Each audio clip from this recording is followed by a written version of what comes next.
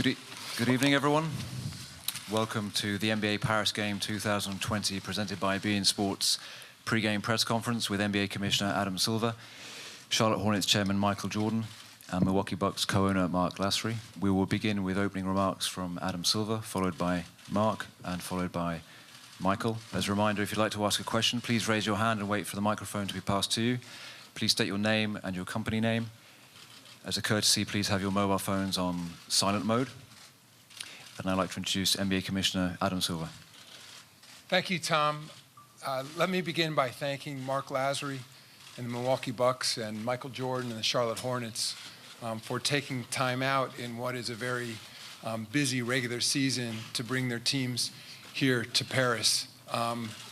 They've both been in the community for several days now with their teams, have had the opportunity to participate in clinics with young players. They've been able to give their players an opportunity to experience the city a bit. And it's also been an opportunity for their organizations to spend some time together and to get to know each other and the city a little more than they had before. Let me also thank the city of Paris. Their reception has been tremendous. There's been enormous accommodations that have been made for the league, from the mayor's office to the French Basketball Federation. While we were here, we announced that we've extended a program that we have with the French Federation to work in the community with our junior programs, particularly the junior NBA, for the development of young boys and girls. And I think, as you all know, France is one of the best basketball markets in the world. I think they are disproportionately represented based on their population in the NBA. We have 10 or 11 players, depending how you count our players in our G League right now, who play in the NBA. And as you all know, we have some of our very best players who are from France. In fact, tonight, pre-game, we're going to be honoring the great Tony Parker, four-time NBA champion. And we've also had the opportunity to do some programs in town with him as well while we have been here. Lastly, we mentioned it yesterday, but just to remind everyone, we are going to be back next year. Two different teams, but next January we'll be back at this terrific arena. And I can tell you we're already oversubscribed from NBA teams. These guys have already volunteered to come back, but I've said it's two other teams' turns. So with that, I'll hand it over to you, Marc. Thank you. I would echo everything Adam said. J'aimerais remercier tout le monde ici. C'était un moment fantastique pour nous. On était avec l'équipe, on est parti, on a visité. Et Paris c'est une ville que j'aime beaucoup. Et pour tout le monde, et pour notre équipe, et pour Giannis, et tous les joueurs qu'on a eus, ils ont visité. On est parti à la Tour Eiffel, on a vu... C'était vraiment comme des touristes qui disaient ils voulaient toujours prendre des photos avec la Tour Eiffel derrière. Alors tout le monde a fait ça et on s'est très très bien amusé. Alors j'aimerais remercier la ville et tout le monde ici pour tout ce que vous avez fait. Et ce qui serait très très bien, c'est si vous disiez à Michael que ce que j'ai dit, c'est qu'on va gagner aujourd'hui, mais ne lui dis pas parce que le français c'est un peu mieux. Alors, so thank you. So it's all yours. I didn't know when I was supposed to speak. I want to thank Adam as well as Marc for allowing us to be a part of this. Charlotte Hornets, we're always looking for an opportunity to expand our fan base, and giving us an opportunity to come back and play in Paris is truly an honor. It's been 23 years since I've been back, since McDonald's opened, so we take great pride in having the opportunity to come and play. The Paris people have been unbelievable. The restaurants, everything has been great. So thanks for having us. We look forward to coming back. And once again, it's been a treat for me to be back and reminisce about the basketball that's being played or been played here. Tony Parker, is good to see him. So we had a good time so far. Okay, we'll take the first question, fourth row in the middle. Yep. Hi, Michael. Gaëtan Charer from L'Équipe. We all know that you have been a lot in you have been a lot in Paris since the end of your career and even as a player. I would like to know that what was your personal impact, involvement of the fact that this game could be organized today in Paris? Just a participant. You know, I think Adam's done a good job in expanding the notoriety of the NBA. I think the fan base has expanded. I think you're starting to see more French players coming and playing in the States, as Adam has said. So, I mean, my impact was to come and show how much the game is, how much fun the game is. And I think you're going to see that tonight as well. You know, hopefully from my players, hopefully from Milwaukee's players, but I think the game is at an all-time high. I think the fans are starting to understand how much fun to play the game of basketball is. Okay, we have a question towards the back on the left-hand side. Mark Woods, ESPN. Michael, LeBron has obviously gone past a few of your statistical marks during your career, but how do you personally view that legacy that he's built? And do you think that by the end he will merit a place in that conversation of top 3, top 1? What was the name again? Pardon me. Who? Some guy called James, LeBron James. Oh, okay, LeBron James. Is he playing? I didn't know he was playing. No, I just think that, you know, we play in different eras. He's an unbelievable player. He's one of the best players in the world, if not the best player in the world. I know it's a natural tendency to compare eras to eras, and you know, it's going to continue to happen. I'm a fan of his. I love watching him play. But it's, you know, as you can see, our league is starting to expand on very talented players, and you know, I think he's made his mark. He will continue to do so over a period of time. But when you start the comparisons, I think it is what it is. You know, it's just a standard of measurement. You know, and I take it with a grain of salt. He is a heck of a basketball player, without a doubt. Okay, fourth row in the middle, gentleman with the glasses.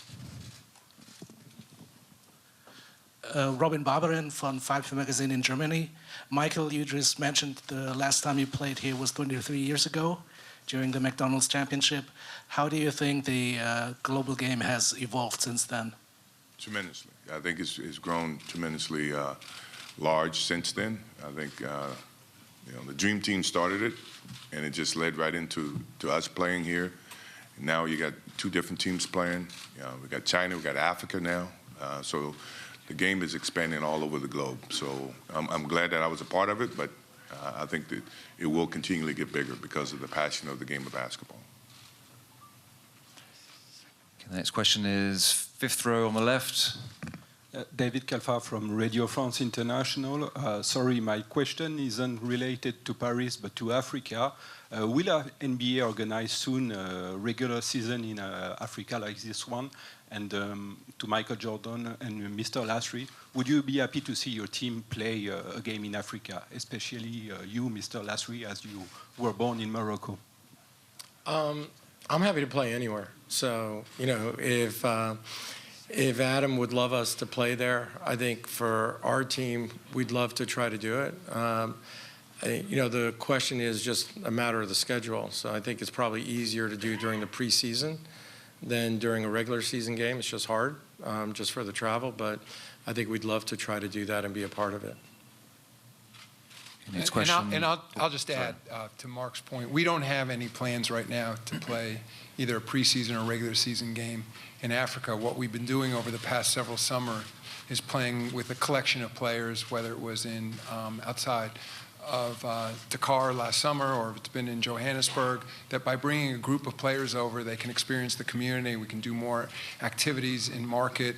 These games, whether it's regular season, is even tougher than preseason, but even with preseason, it's a very condensed schedule, and I think we can have a much greater impact by coming over in the summer, at least right now. Next question is on the third row, gentleman on the right in dark. Good evening. The question is for Michael. I'm Eric Michel from Le Parisien. I will ask you in French. Is that possible? Sure. Thanks. As long as someone's going to translate it, right? Okay. All right. Pourquoi vous êtes-vous associé avec le Paris Saint-Germain plutôt qu'avec un autre grand club européen comme Madrid, Milan, Turin? Why did you choose Paris Saint-Germain rather than another team, Milan, Madrid? Why PSG? Actually, they came to us, you know, to do a partnership, and Neymar was a big Jordan fan. So the transition was much easier.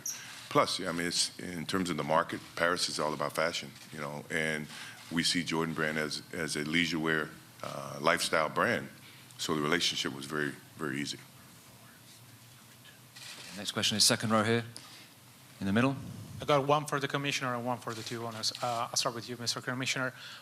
You say the NBA is coming back to Paris in 2021. I was wondering if you have a plan for this game in Europe for the following years. And my question for the two owners is, what made you interested in coming to Paris to bring your team to play this game? We do have plans in Europe for the following years. We haven't specifically set them yet. I mean, part of the determination is based on arena availability, and there continues to be an investment in arena infrastructure throughout Europe, which is very encouraging to us. And as both Mark and Michael have mentioned, the quality of the international play is incredible. I mean, just look at the recent All-Stars that were named just in some time zone yesterday or today, but you know, plus 25% of our league now is based on international players, and Europe, sort of, if you as a region, is still where the most international players come from in the NBA. So we're going to continue to invest in basketball in Europe, work with the local federations and clubs, and continue to bring teams over. The only real limitation is the way the current schedule is structured, and even as Mark and Michael know, one of the projects the league continues to focus on is what should a regular season look like in 5 years and 10 years from now, and maybe ultimately we'll be building in more windows to allow for more travel during the regular season. And you can see, I mean, we're 2 of the 30 teams, and we're very happy to be here. I imagine it's 28 teams would love to do the same. So I think whenever the league comes to us and invites us, it's great for our culture, it's great for the kids to understand and see a different country, for us to bond as a unit, you know. So I think every team welcomes the opportunity to represent the NBA wherever they ask us to go. Okay, the question is towards the back on the left-hand side. This question is for Michael Jordan, Malika Andrews, ESPN. Michael, speaking of Jordan Brand, I was just curious, Zion Williamson made his debut recently, and he is with you. I was wondering, I know you issued a statement, but if you could expand on what traits he had that made that, so that was an athlete you wanted to sign, and what you thought of his debut. Well, it's not just myself. I think the NBA is very fortunate to have a talented young man who shows a certain passion about the game. And that's something that, you know, you can't give. You're either born with it, and you basically want to share it with the rest of the world. We looked at Zion being an impact player that would bring energy to the game of basketball. And we can do it with a lot of different factors and different ways of endorsement and marketing. So it was a great opportunity for us. And I imagine, you know, the league has quite a number of those people. But we were very fortunate that he chose us, and we look at every opportunity to expand to him, to the consumers, and yet showcase his personality and his basketball skill. At the end of the day, we can't play basketball for him, but we feel like he does present us an opportunity to showcase his talents. And that's what our job is going to be. And it's a great partnership, and I think, you know, what you saw the other night was was a taste of what you're going to see coming forward. He still has a lot to do, but I think his passion for the game is coming through the way that he plays, and I think that's great for the league. That's not just great for Jordan. Next question, second row on the right. Martynas Bendikas, Delphi, Lithuania. Mr. Jordan, in your opinion, top 5 European NBA players now and top 5 NBA European players ever? Wow. Do we have time for this? I mean, you're going to test my memory. Tony Kukoc is number 1. I wonder why. Petrovic, Sabonis.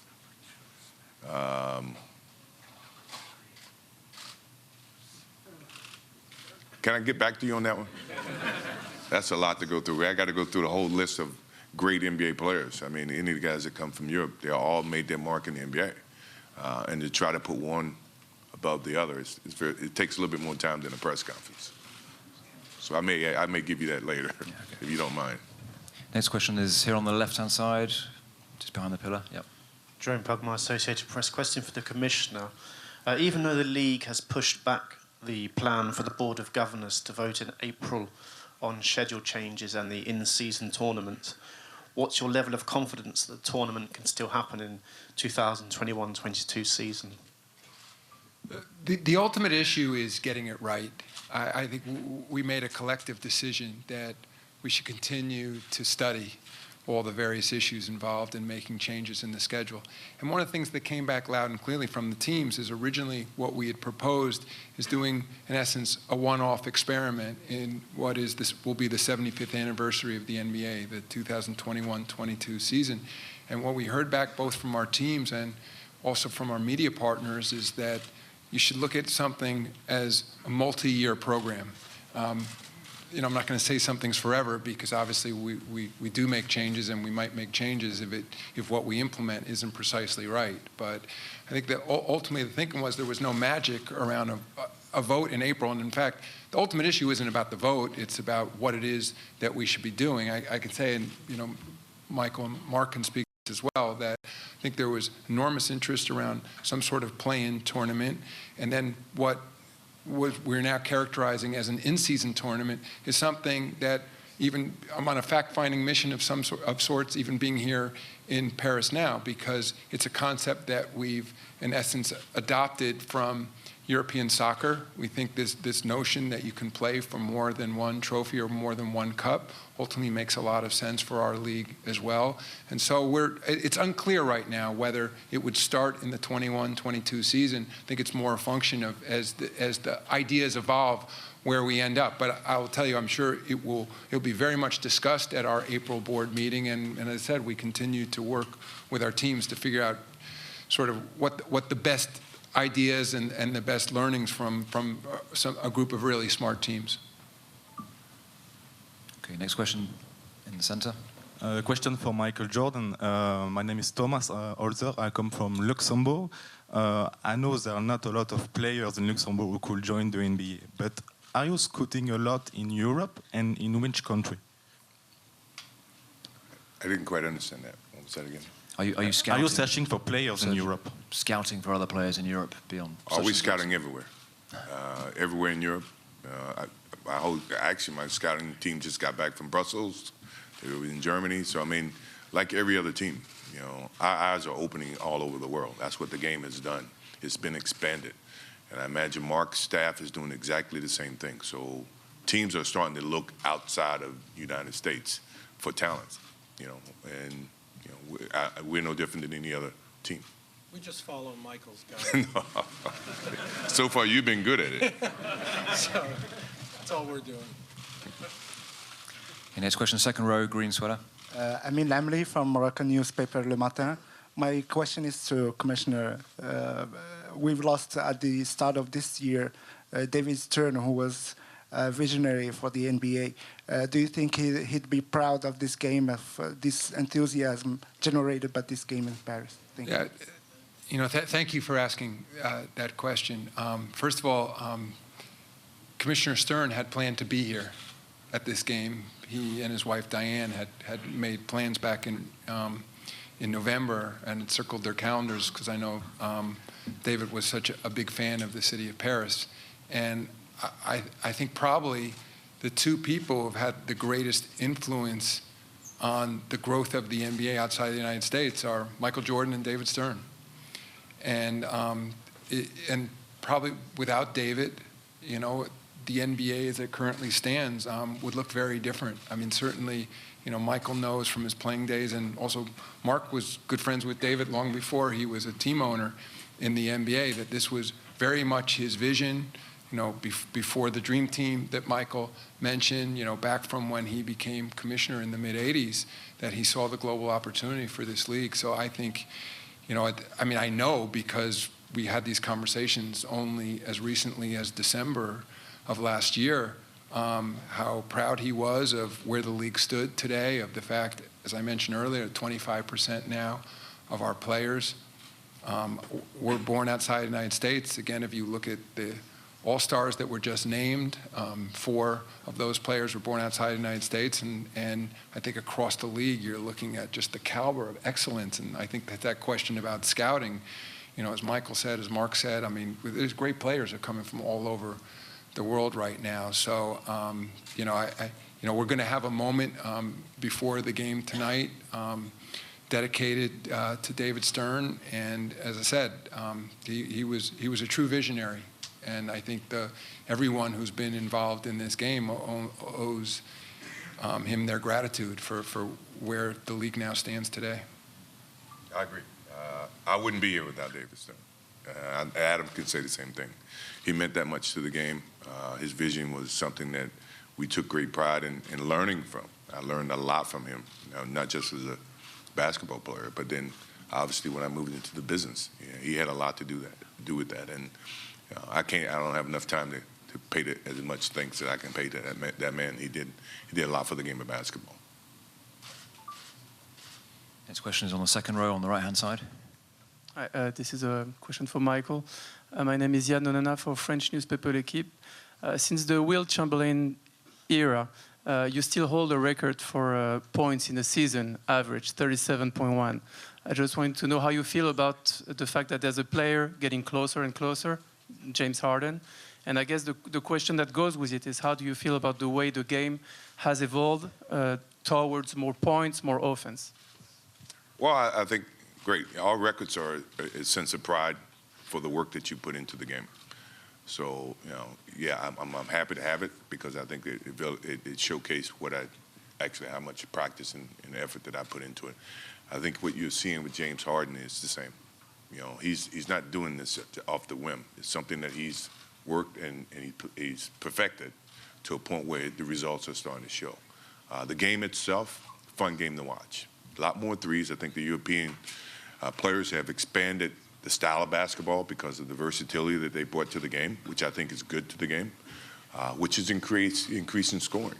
So I think it's just going to keep getting better. And it forces us as Americans how to play a much more rounded basketball game. That's what the European players have taught us as individuals in the States. So their education has been expanded throughout the globe. So quite naturally, I think the game is in a good place. It's a fun game to watch.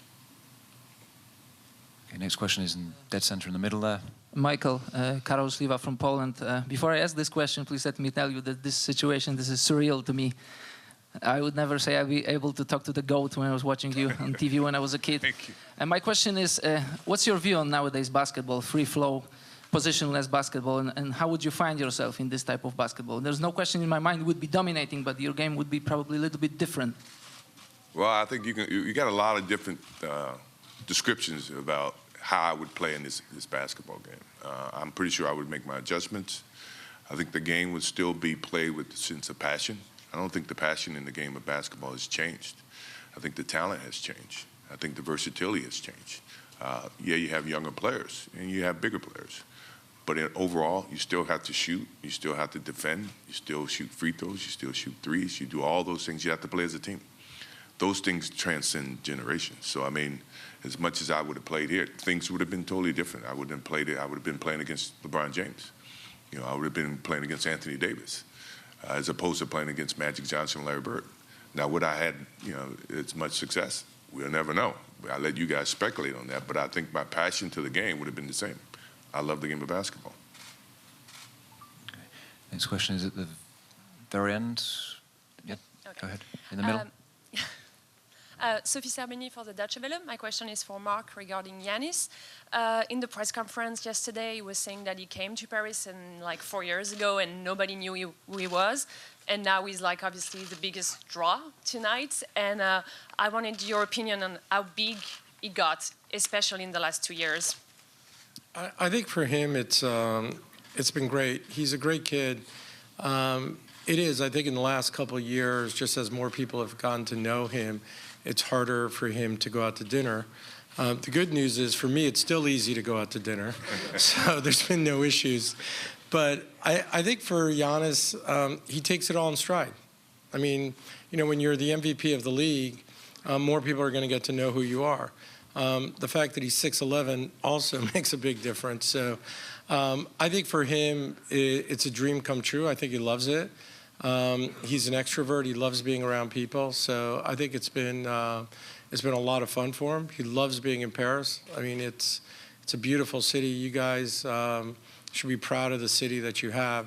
And I think for Michael, Adam, the NBA, and us, it's a real honor to be here. It really is.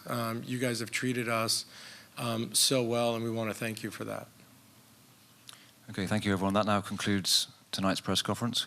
We'll just pause for a brief photo. If you would kindly just stand up and we'll remove the chairs. Thank you.